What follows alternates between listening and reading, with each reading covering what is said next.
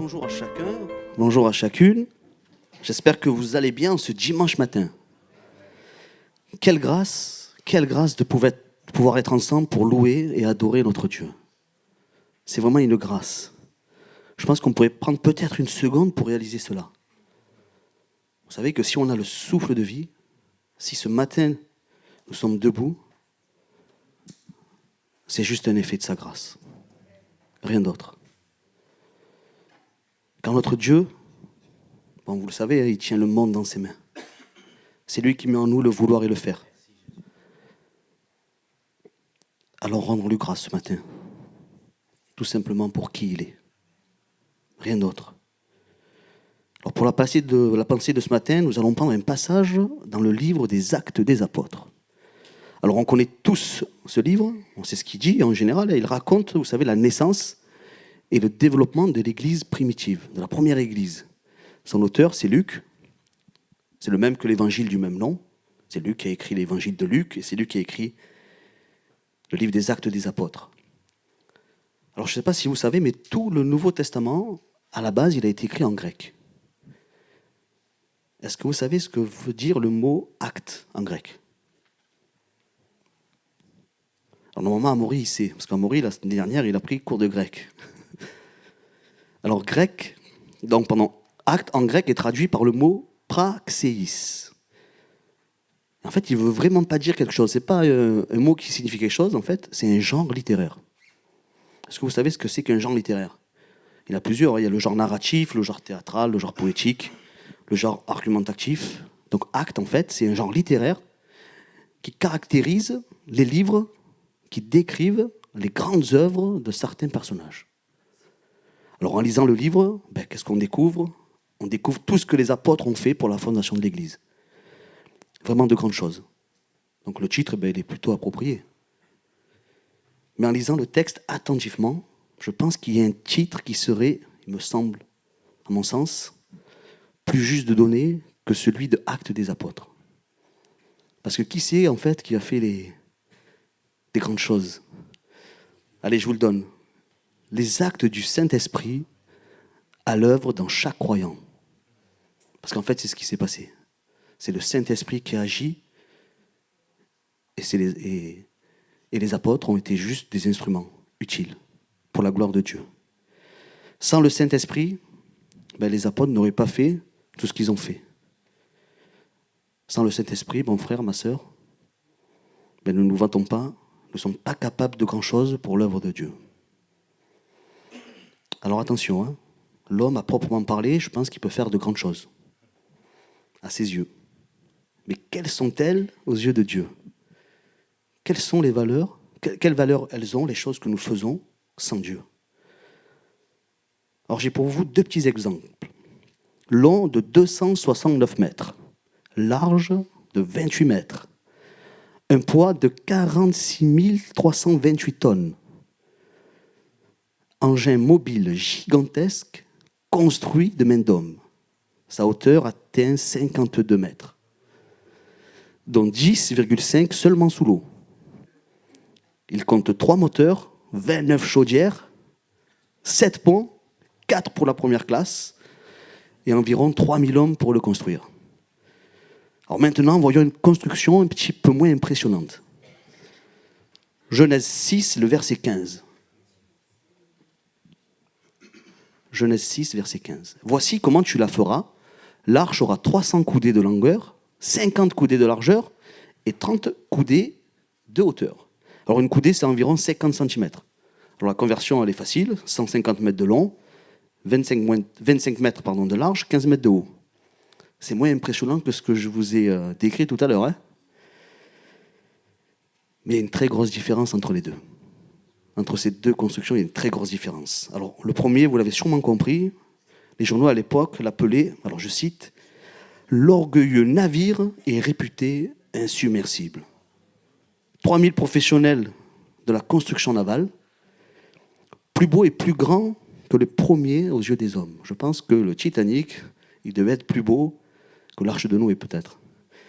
Quand le 10 avril 1912, dans le port anglais, alors excusez mon accent, de Southampton, je ne sais pas si c'est bon, mais bon, vous avez compris. Sylvia Caldwell embarque à bord du Titanic et un membre de l'équipage, qu'est-ce qu'il va lui dire? Il va affirmer, Dieu lui-même ne pourrait pas couler ce navire. Alors on connaît tous malheureusement la suite de l'histoire. Une traversée, une erreur humaine, pour finir par un drame. Le second qu'on a vu dans la Genèse, je pense que Noé était un novice de la construction navale. Mais lui, par contre, il avait un avantage considérable. Il avait Dieu avec lui. Ensuite, il va y avoir un déluge qui, en attirant tout ce qui a souffle de vie sur terre, Dieu va établir une alliance avec lui pour redonner une chance à la création. Alors, on connaît évidemment la suite de l'histoire, mais elle finit bien mieux que la première, parce que nous sommes là aujourd'hui. Croyez-moi, sans Dieu, on ne peut pas faire grand-chose. Et c'est pour cela que Jésus dira à ses disciples d'attendre tranquillement à Jérusalem la promesse du Père et de ce qu'il leur a donné. Acte 1, verset 8 nous dit « Mais vous recevrez une puissance, le Saint-Esprit, survenant sur vous, et vous serez mes témoins à Jérusalem, dans toute la Judée, dans la Samarie et jusqu'aux extrémités de la terre. » Sans le Saint-Esprit, nous ne pouvons pas faire la volonté de Dieu. Alors nous pouvons faire plein de choses, mais selon notre volonté, tout simplement. Et cela est-il utile à Dieu ou utile à nous, si on fait les choses sans le Saint-Esprit? Si on fait les choses sans écouter Dieu, à qui on va être utile? Et de là, me vient une question. On l'a chanté. Nous avons besoin de toi. Mais est-ce que Dieu a besoin de moi? Ou alors, suis-je utile à Dieu? Et je pense qu'on pourrait prendre ce titre-là pour le message de ce matin. Dieu a-t-il besoin de moi? C'est la question que je nous pose ce matin. Dieu a-t-il besoin de moi? Dieu a-t-il besoin de toi? Dieu a-t-il besoin de nous? Alors pour commencer le message, nous allons donc lire un passage, comme je vous l'avais dit, promis, dans les livres des Actes. Acte 17, versets 22 à 25. Marie, tu dégaines plus vite que ton ombre. Je n'ai pas eu le temps de lever, c'était déjà affiché. Alors Paul, debout au milieu de l'aéropage, dit « Hommes athéniens, je vous trouve à tous égards extrêmement religieux. Car en parcourant votre ville et en considérant les objets de votre dévotion, j'ai même découvert un autel avec cette inscription, à un Dieu inconnu.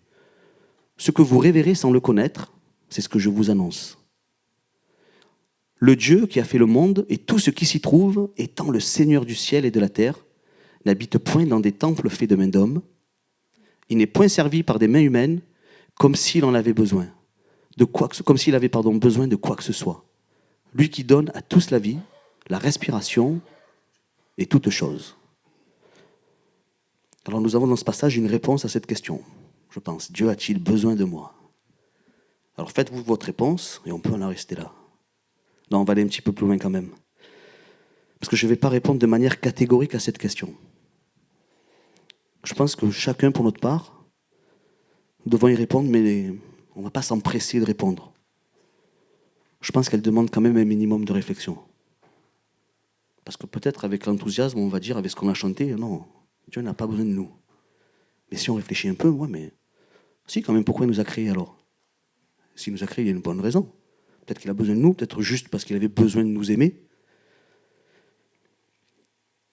Alors avant de savoir si Dieu a besoin de moi, je pense que la première des questions que je dois me poser, c'est est-ce que Dieu a besoin de quelque chose? Déjà. Alors pour répondre à cette question, lisons 2 versets dans l'Ancien Testament. Exode 3 et les versets 13 à 14. Tu vas trop vite, Marie, c'est incroyable. Moïse dit à Dieu, « J'irai donc vers les enfants d'Israël et je leur dirai, « Le Dieu de vos pères m'envoie vers vous, mais s'ils me demandent quel est son nom, que leur répondrai-je » Dieu dit à Moïse, « Je suis celui qui suis. » Et il ajouta, « C'est ainsi que tu répondras aux enfants d'Israël, celui qui s'appelle Je suis m'a envoyé vers vous. » Alors, je suis celui qui suis, en hébreu, ça donne, excusez une nouvelle fois mon accent, parce que je suis aussi bon en anglais qu'en hébreu. Ayez, Asher, ayez. Alors, ayez en hébreu, ça peut se traduire par soit je suis, soit j'étais, ou alors je serai. Parce qu'en fait, dans l'hébreu, il n'y a pas de langue. Enfin, il n'y a pas de... Si, il y a des langues. Il n'y a pas de temps. Il n'y a pas de temps. Il n'y a pas de futur, de passé. En fait, c'est toujours le même temps. Donc, on peut traduire ce verbe ayez par je suis, j'étais ou je serai. En fait, c'est la même chose. Il dit 3 fois ça, le Seigneur. Quand il dit je suis celui qui suis, en fait, il dit je suis celui qui est, qui était et qui sera. Et Jésus le dira à l'apôtre Jean sur l'île de Patmos, Apocalypse 1,8. Je suis l'alpha et l'oméga, dit le Seigneur, Dieu, celui qui est, qui était et qui vient, le Tout-Puissant. Dieu existe de toute éternité. Dieu est le fondement de toute chose. Il y a tout qui repose sur lui. À lui appartient l'or, l'argent, il est même hors du temps. Le premier verset de la Bible nous dit, Genèse 1:1, au commencement, Dieu créa les cieux et la terre. Nous sommes dépendants de lui. Nous, c'est sûr et certain, nous avons besoin de lui. Alors certains peuvent dire, moi, je n'ai pas besoin de Dieu pour vivre. Hein. Moi, ma vie, comme elle va, elle est bien. Hein. Moi, je vais bien dans ma vie. J'ai un travail, j'ai une voiture, j'ai une maison, je suis heureux, j'ai des amis. Pas besoin de rajouter Dieu dans ma vie. Hein. Alors peut-être qu'on n'a pas besoin de Dieu dans notre vie, mais par contre, ce qui est sûr, c'est que nous avons eu besoin de lui pour exister. Ça, c'est sûr et certain, parce que c'est lui qui donne le souffle de vie. Alors Dieu n'a pas besoin de nous, ni pour la louange, ni pour la prédication, ni pour quoi que ce soit. Alors ne nous flattons pas. L'adoration, la prière, le service, tout ce que nous faisons pour Dieu, c'est juste une grâce. C'est juste une faveur qu'il nous donne. Nos talents, si grands soient-ils, nos qualités, nos capacités, tout ça vient de Dieu. 1 Corinthiens 4, le verset 7 nous dit « Car qui est-ce qui te distingue ? Qu'as-tu que tu n'aies reçu ? Et si tu l'as reçu, pourquoi te glorifies-tu comme si tu ne l'avais pas reçu ?» Dieu n'a pas besoin de nous. Par contre, Dieu désire une chose. Depuis notre séparation dans le jardin d'Éden, depuis que notre relation avec lui a été coupée, Dieu a mis en place un plan de salut pour chacun d'entre nous. 1 Timothée 2, le verset 4 nous dit « Qui veut que tous les hommes soient sauvés et parviennent à la connaissance de la vérité. » Vous savez, un chrétien n'œuvre pas pour être sauvé, mais il œuvre justement parce qu'il est sauvé. Et c'est cela qui doit motiver notre cœur quand nous le louons. Quelle grâce! Quelle grâce le Seigneur nous a fait alors qu'on ne méritait rien. Vous savez, quand je le sers dans l'église, quand je suis au travail, quand je suis en famille, quand je conduis, quand je prie, quand je mange, quand je bois, quoi que je fasse, cela doit être pour la gloire de Dieu. 1 Corinthiens 10, le verset 31. Soit que vous mangiez, soit que vous buviez, soit que vous fassiez quelque chose d'autre, faites tout pour la gloire de Dieu. Et s'il nous envoyait le Saint-Esprit, c'est justement pour qu'on puisse l'adorer en esprit et en vérité. Mon frère, ma sœur, réalise-t-on vraiment qui est Dieu?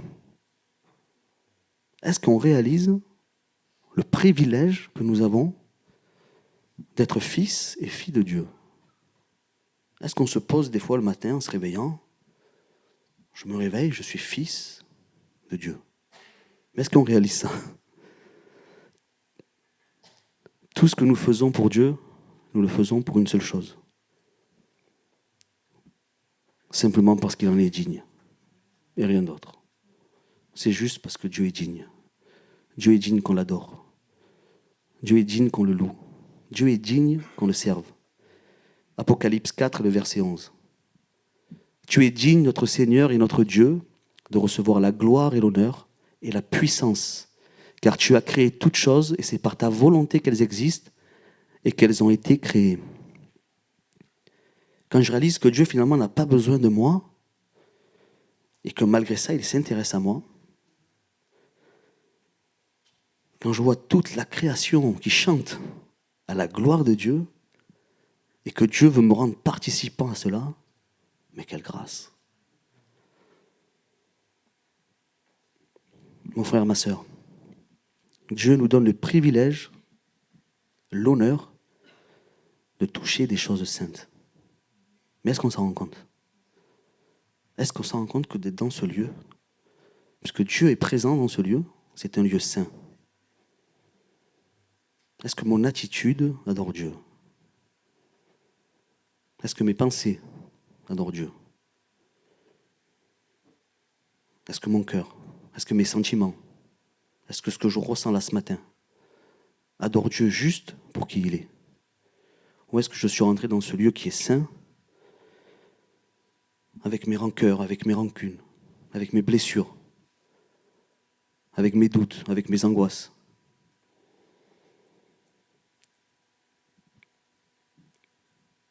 J'aimerais m'adresser ce matin à tous ceux qui ont la certitude d'être sauvés. Qui dans l'auditoire a l'assurance que Jésus est mort sur la croix pour tes péchés? Qui dans l'auditoire a accepté Jésus comme sauveur? Allez-y, n'ayez pas honte. Vous pouvez lever la main. Hein? Ah ouais, il y en a pas mal quand même. Prenons 2 versets ensemble si vous le voulez bien. Romains 8, versets 38 à 39. Car j'ai l'assurance que ni la mort, ni la vie, ni les anges, ni les dominations, ni les choses présentes, ni les choses à venir, ni les puissances, ni la hauteur, ni la profondeur, ni aucune autre créature ne pourra nous séparer de l'amour de Dieu, manifesté en Jésus-Christ, notre Seigneur. Malgré que Dieu se suffise à lui-même, son amour pour nous est tellement grand qu'il a quitté son ciel de gloire. Tellement Dieu nous aime, il a mis de côté sa divinité pour prendre sur lui le poids de nos fautes. Il n'avait besoin de rien, il pouvait rester... il se suffit à lui-même, Dieu.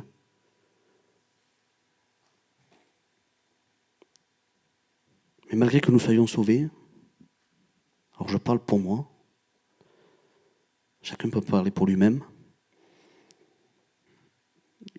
il arrive souvent encore que nous vivons selon nos propres voies.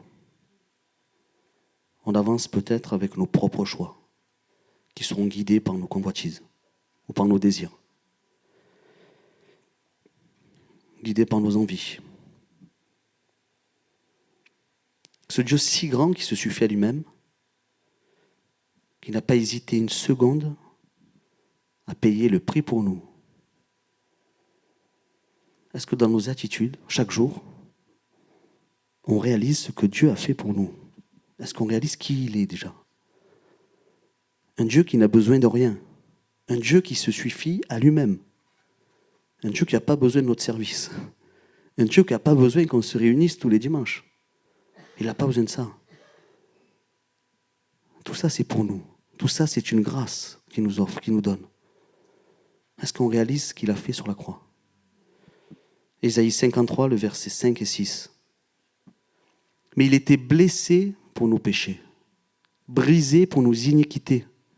Le châtiment qui nous donne la paix est tombé sur lui.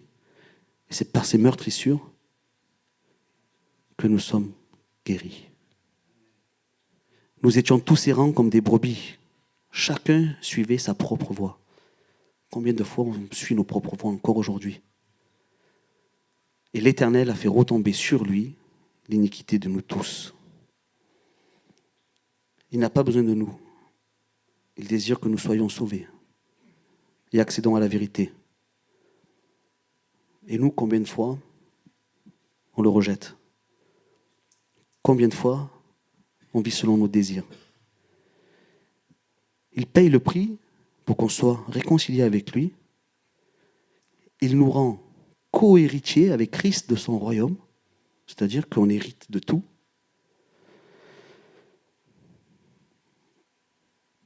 Mon frère, ma sœur, tout ce que nous faisons, faisons-le simplement pour l'adorer. Ne jouons plus avec le péché. N'abusons pas, nous qui connaissons le Seigneur, nous qui avons connu justement la repentance, nous qui avons connu la joie de ressentir que nous sommes pardonnés. J'ai envie de nous dire ce matin, je me le dis à moi aussi, mais combien de fois j'ai abusé du verset 1 Jean 1,9 ? Combien de fois ? Qui dit, si nous confessons nos péchés, il est fidèle et juste pour nous les pardonner et nous purifier de toute iniquité. Combien de fois avons-nous abusé de ce verset ? Oui, le Seigneur est bon, le Seigneur est fidèle.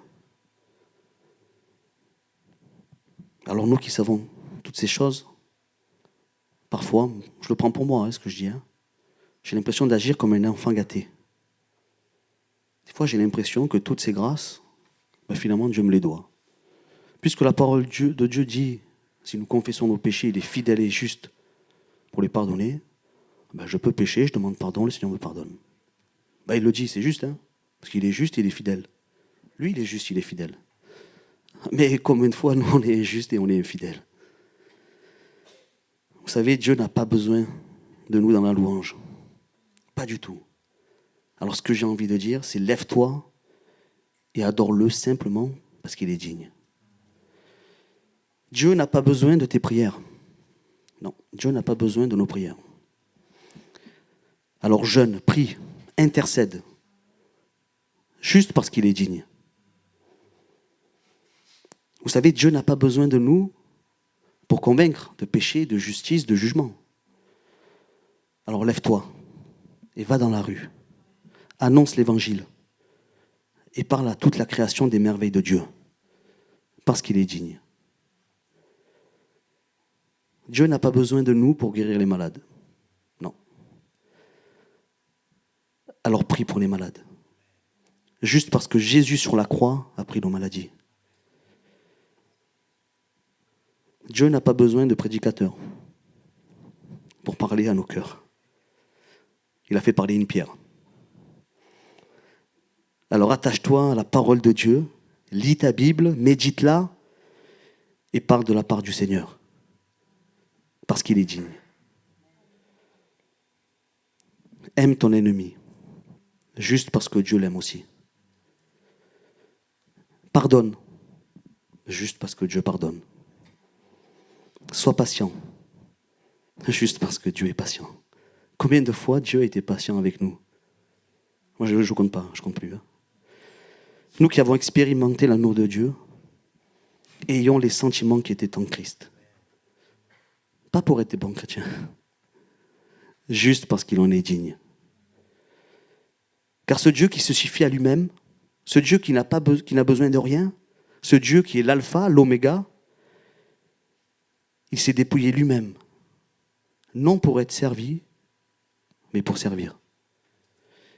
Philippiens 2, les versets 6 et 8. Lequel, existant en forme de Dieu, n'a point regardé comme une proie à arracher d'être égal avec Dieu, mais s'est dépouillé lui-même en prenant une forme de serviteur, en devenant semblable aux hommes et ayant paru comme un simple homme. Il s'est humilié lui-même, se rendant obéissant jusqu'à la mort, même jusqu'à la mort de la croix. Ne faisons rien pour notre propre gloire. Ne nous sentons pas au-dessus des autres, parce que Dieu nous a donné un talent. Combien de fois on peut se glorifier parce que Dieu nous a donné un talent ? Ne cherchons pas nos propres intérêts, sans considérer ceux des autres. Mon frère, ma sœur, ayons les sentiments qui étaient en Christ. Philippiens 2, les versets 3 et 4. Ne faites rien par esprit de parti ou par vaine gloire, mais que l'humilité vous fasse regarder les autres comme étant au-dessus de vous-même. Que chacun de vous, au lieu de considérer ses propres intérêts, considère aussi ceux des autres. Maintenant, mon ami qui vient peut-être pour là ou les premières fois, c'est peut-être une des premières fois que tu entends parler de Jésus. Peut-être que tu te sens inutile. Peut-être que tu ne te sens pas digne de recevoir Dieu. Et encore moins de le servir. Peut-être que tu n'as pas tout compris au message de ce matin. Mais laisse-moi te dire une chose. J'aimerais terminer avec ça. Ce Dieu si merveilleux qui n'a besoin de rien se penche sur chacune de nos vies. Car c'est indéniable. Nous avons besoin de lui chaque jour. J'ai une bonne nouvelle pour toi. Parce que Dieu ne regarde pas tes capacités. Parce qu'il n'en a pas besoin de tes capacités. Dieu ne regarde pas à qui tu es. Dieu ne regarde pas tes fautes. Car si Dieu faisait cela, je ne serais pas là ce matin devant vous. S'il avait regardé à qui j'étais, je ne serais même pas dans ce lieu. Si toi ce matin, ce matin, je suis là, devant vous, c'est parce que j'ai cru. J'ai cru dans l'amour de mon Sauveur. Tout simplement. Alors toi aussi ce matin, crois que Dieu existe. Vous vous rappelez l'histoire du début ? Hébreux 11, le verset 6 et 7. Or, sans la foi, il est impossible de lui être agréable. Car il faut que celui qui s'approche de Dieu croit que Dieu existe et qu'il est le rémunérateur de ceux qui le cherchent. C'est par la foi que Noé, divinement averti des choses qu'on ne voyait pas encore, et s'est saisi d'une crainte respectueuse, construisit une arche pour sauver sa famille. C'est par elle qu'il condamna le monde et devint héritier de la justice qui s'obtient par la foi. Par la foi en Jésus, mon frère, ma sœur, mon ami, nous sommes divinement réconciliés avec Dieu. Alors ce matin, cet après-midi, demain, après-demain, ce soir, les jours qui vont suivre, quoi que nous fassions, faisons-le dans un esprit d'adoration. Simplement parce que Dieu est digne. Amen. Seigneur mon Dieu, merci encore pour qui tu es. Merci pour ta parole, merci pour ton amour. Je veux t'adorer, Seigneur mon Dieu, simplement parce que tu es digne. Je veux, Seigneur, bien agir avec mon frère, ma sœur, mon épouse, mes enfants, simplement parce que tu es digne. Je veux, Seigneur, aimer mon prochain, je veux aimer mon ennemi, Seigneur mon Dieu, simplement parce que tu en es digne. Je veux te louer, t'adorer, Seigneur, chaque jour. Je veux venir dans l'église le mardi, intercéder et prier, Seigneur, pour les malades, simplement parce que tu en es digne. Je veux venir le dimanche, Seigneur mon Dieu, avec mes frères, mes sœurs, partager la Sainte Seine. Je veux, Seigneur, être un chrétien digne de ce nom, simplement parce que tu en es digne. Je veux pardonner à ceux qui m'ont fait du mal, Seigneur mon Dieu, simplement parce que tu en es digne.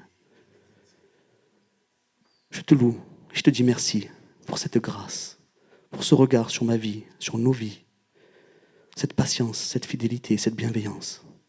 Quelle grâce, toi qui n'avais besoin de rien, Seigneur, tu nous as tout donné. Alors viens te glorifier dans nos vies et que tout soit fait dans ma vie, simplement, Seigneur, pour la gloire de ton nom.